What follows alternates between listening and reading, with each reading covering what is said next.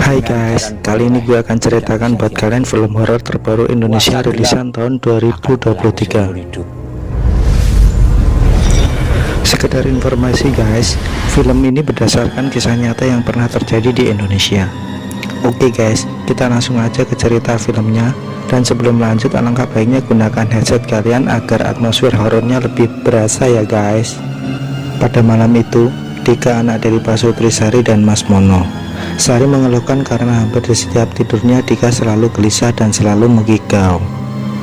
Bahkan kini Sari dan Mas Mono pun merasakan adanya gangguan-gangguan itu.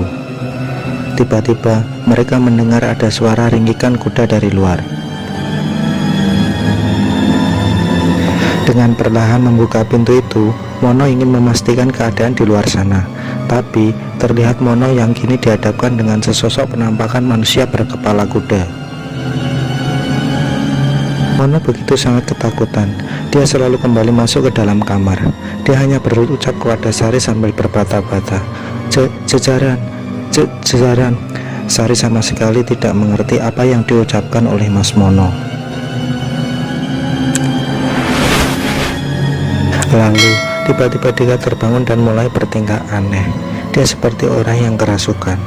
Keluar dalam kamar, Dika hanya terdiam sambil berdiri, dan tak lama kemudian sesosok manusia berkepala kuda itu muncul kembali.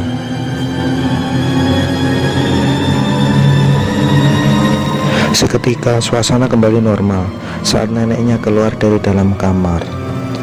Semenjak kejadian semalam, Dika kini selalu diperlihatkan penampakan seekor kuda. Namun di sini hanya Dika seorang yang bisa melihat kuda tersebut. Bu, lihat Bu, ada gudang dari tadi di sana. Dika mencoba mendekati kudanya, dan tiba-tiba datang sebuah mobil melintas dengan kecepatan tinggi. Dika pun tertabrak dan naas dia tewas. Di saat itu juga ringkikan kuda menyertai kematian Dika.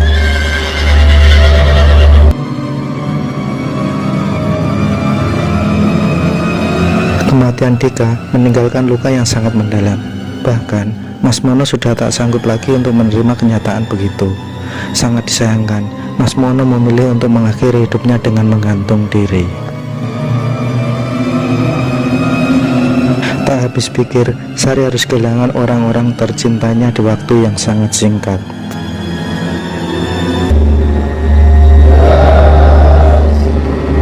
Setelah 10 tahun berlalu, Sari masih tinggal di rumah itu bersama ibu mertuanya, yaitu Eyang Susana. Pada suatu hari, Sari melihat Eyang Susana bersama Pak Dikusumo sedang berjalan kaki menuju ke sebuah rumah. Sari yang penasaran mencoba mengikuti mereka dari belakang. Mereka menuju ke rumah kediaman Mbah Jambrong. Semakin membuat Sari menjadi sangat penasaran. Dia mencoba mengintip melalui celah-celah pintu, hanya ingin tahu apa sebenarnya yang sedang mereka bicarakan. Perjanjian dengan Kijaran Penoleh tumbal 10 tahun yang lalu bagi Eyang Susana adalah tumbal cucu Eyang Susana yang terakhir. Di sini barulah terbongkar kalau ternyata kematian Dika, anak dari Sari, karena akibat sebuah perjanjian antara Eyang Susana dengan Kijaran Penoleh. Eyang Susana sebagai nenek Dika tega menumbalkan cucunya itu sendiri. Kijaran Penoleh sendiri adalah sesosok makhluk dari golongan bangsa jin yang bisa mengabulkan permintaan seseorang yang menyembahnya. Pertemuan dia Eyang Susana dengan Mbah Jambrong itu bermaksud ingin menghentikan perjanjian dia dengan Kijaran Penoleh.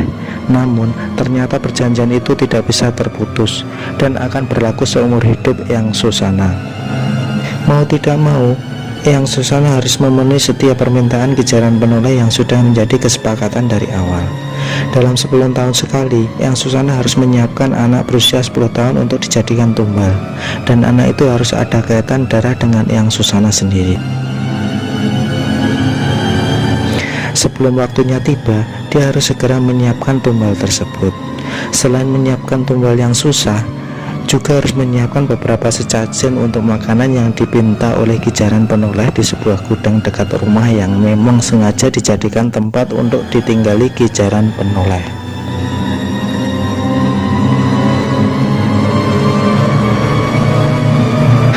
Semenjak saat itu, Sari selalu memantau gerak-gerik yang dilakukan oleh Eyang Susana.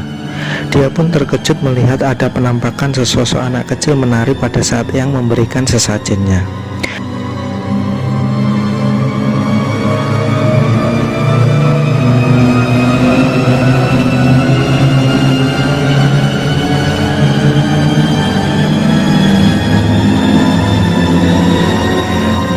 jarang, kini Sari pun selalu didatangi oleh sesosok anak kecil tersebut.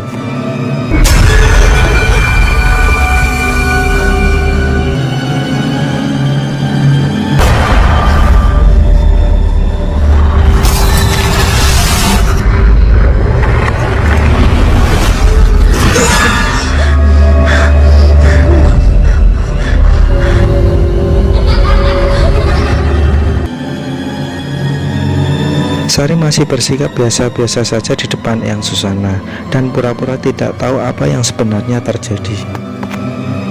Untuk menyelidiki lebih dalam apa yang ada di dalam gudang itu, diam-diam Sari mencoba memasuki ke dalam gudang. Terlihat di sana banyak simbol-simbol pemujaan, di mana itu adalah simbol jaran penoleh. Tak hanya itu, dia juga menemukan tengkorak dari seekor hewan kuda. Aura mistis begitu sangat terasa di tempat tersebut, dan tak lama Sari melihat ada sesosok penampakan seorang anak kecil.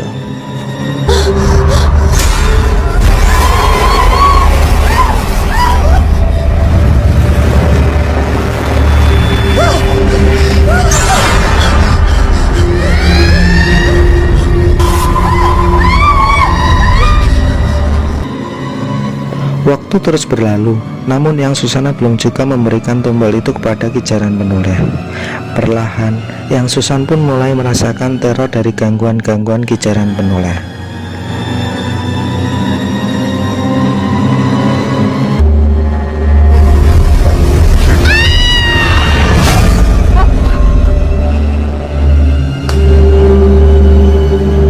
Dia kembali menemui Mbah Jambrong, dan Mbah Jambrong memberitahukan kalau Eyang Susana masih punya waktu 14 hari untuk menyiapkan tumbal sebelum waktunya tiba. Ternyata Eyang Susana mempunyai anak perempuan bernama Putri yang kini tinggal bersama suaminya di Australia, dan kebetulan Putri itu sudah mempunyai anak yang berusia 10 tahun. Diceritakan kalau Eyang Susana sebenarnya tidak merestui hubungan antara Putri dengan suaminya yang sekarang adalah orang Australia. Karena dari tradisi turun-temurun, keluarganya harus menikahi sesama orang Jawa. Putri sengaja meninggalkan Eyang Susana dan ikut bersama suaminya ke Australia. Eyang Susana meminta tolong pada Sari untuk mengantarkan suratnya ke kantor pos. Dalam surat itu, Eyang Susana hanya meminta Putri untuk pulang terlebih dahulu karena Eyang Susana merasa rindu sudah lama tak berjumpa. Namun ternyata Sari mempunyai rencana lain. Dia tidak mengirimkan surat itu, malah Sari membuangnya ke sungai.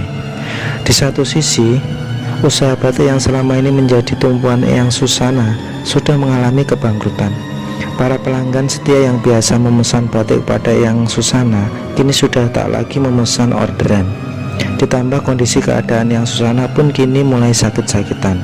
Dengan kondisi Eyang Susana pada saat itu, dia hanya berharap Putri segera datang untuk membawa anaknya.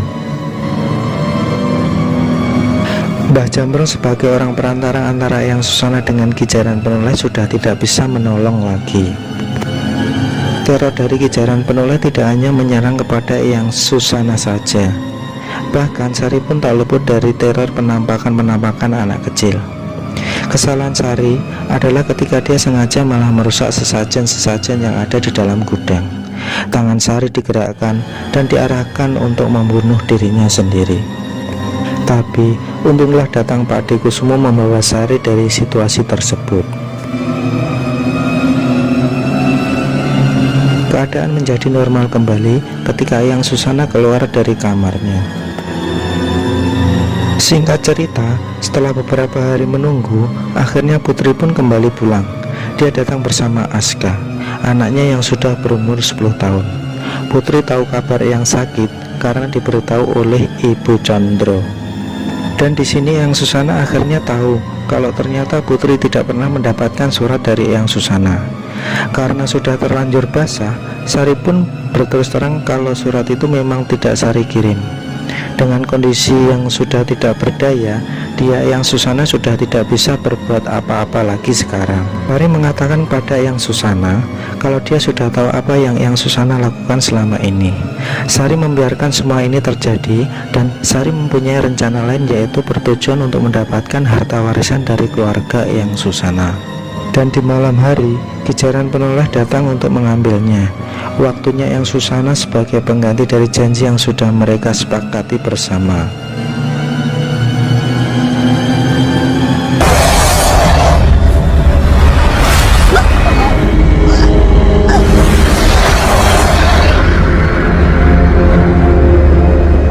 Ibu, bangun, Bu. Eyang Susana ditemukan tewas pada pagi harinya. Sari menemui Mbah Jambrong. Rencana Sari belum selesai. Kini dia yang akan menyingkirkan Putri agar warisan Eyang Susana jatuh ke tangannya. Tidak hanya menginginkan warisan saja, ternyata Sari pun juga ingin melanjutkan perjanjian dengan Kijaran Penoleh yang tidak terkabul oleh Eyang Susana. Sari sudah siap dan sudah mendapatkan calon korban untuk dia jadikan tumbal sesembahan kepada Kijaran Penoleh. Kontrak perjanjian Sari dengan Kijaran Penoleh sudah terikat. Sari hanya diberi waktu 4 hari untuk memberikan tumbal itu, dan jika dia gagal, maka nyawa Sari yang akan menjadi penggantinya. Di rumah, Putri mulai merasa ada yang aneh terdengar, seperti ada suara-suara ringkihan kuda dari luar rumah. Betapa terkejutnya ia karena melihat penampakan sesosok anak kecil yang menyeret jasad Eyang Susana.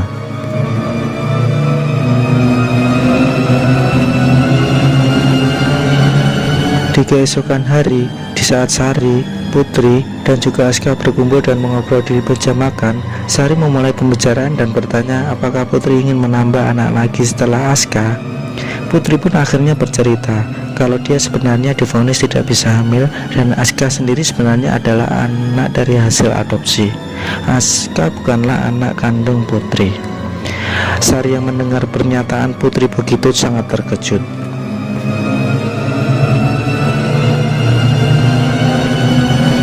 Di pagi harinya, Sari langsung menemui Mbah Jambrong dan menceritakan semuanya kalau Aska bukanlah anak kandung dari Putri. Namun sayang, Sari yang sudah mengikat janjinya untuk melanjutkan perjanjian Eyang Susana dengan Kijaran Penoleh sudah tidak bisa dibatalkan. Karena untuk melanjutkan perjanjian itu, Sari harus menumbalkan keturunan dari Eyang Susana. Mau tidak mau, Sari harus tetap melanjutkan perjanjian tersebut. Sari tidak bisa berbuat apa-apa lagi selain hanya bisa pasrah dan mati konyol ketika nyawanya diambil oleh Kijaran Penoleh. Kejadian itu disaksikan langsung oleh Putri yang melihat dari dalam rumah.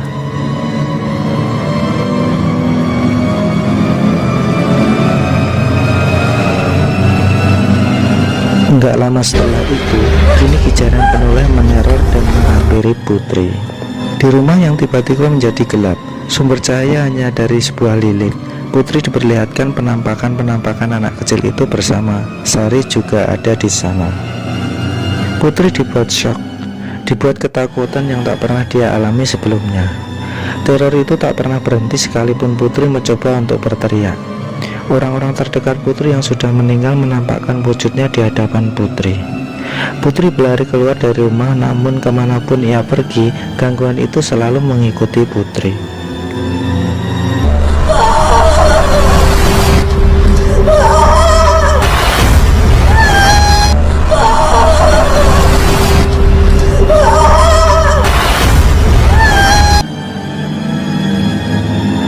Untung saja di persimpangan jalan Putri bertemu dengan Mbah Jambrong. Putri bertemu dengan orang yang tepat. Mbah Jambrong sudah tahu apa yang terjadi kepada keluarga Putri. Mbah Jambrong memberitahukan kalau apa yang terjadi pada Putri sekarang itu karena sebuah ikatan perjanjian Eyang Susana dengan Kijaran Penoleh. Satu-satunya cara untuk bisa menghentikan gangguan dari Kijaran Penoleh, Putri harus membakar semua pernak-pernik atau simbol yang berkaitan dengan Kijaran Penoleh. Putri harus kembali ke rumah untuk mencari itu semuanya.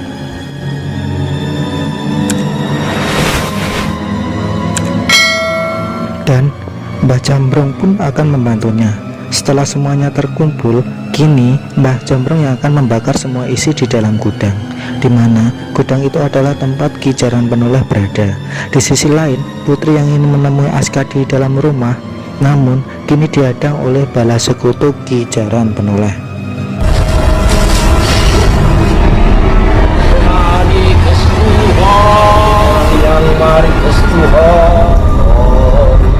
Eyang berhasil membakar sebagian barang-barang yang bersangkutan dengan Kijaran Penoleh, namun tidak dengan simbolnya. Simbol itu tetap utuh dan anehnya tidak terbakar oleh api.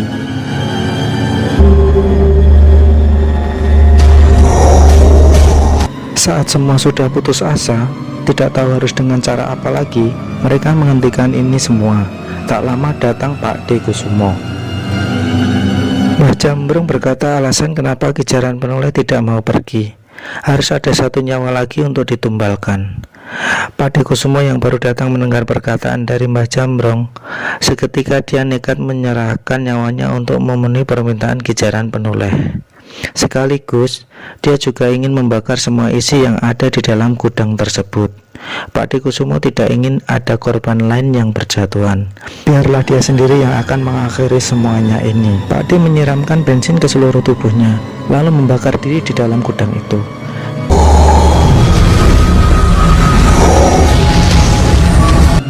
Terbakarnya tubuh Pak D bersama dengan simbol kepala kuda, Kijaran Penoleh dan bala sekutunya pun ikut menghilang.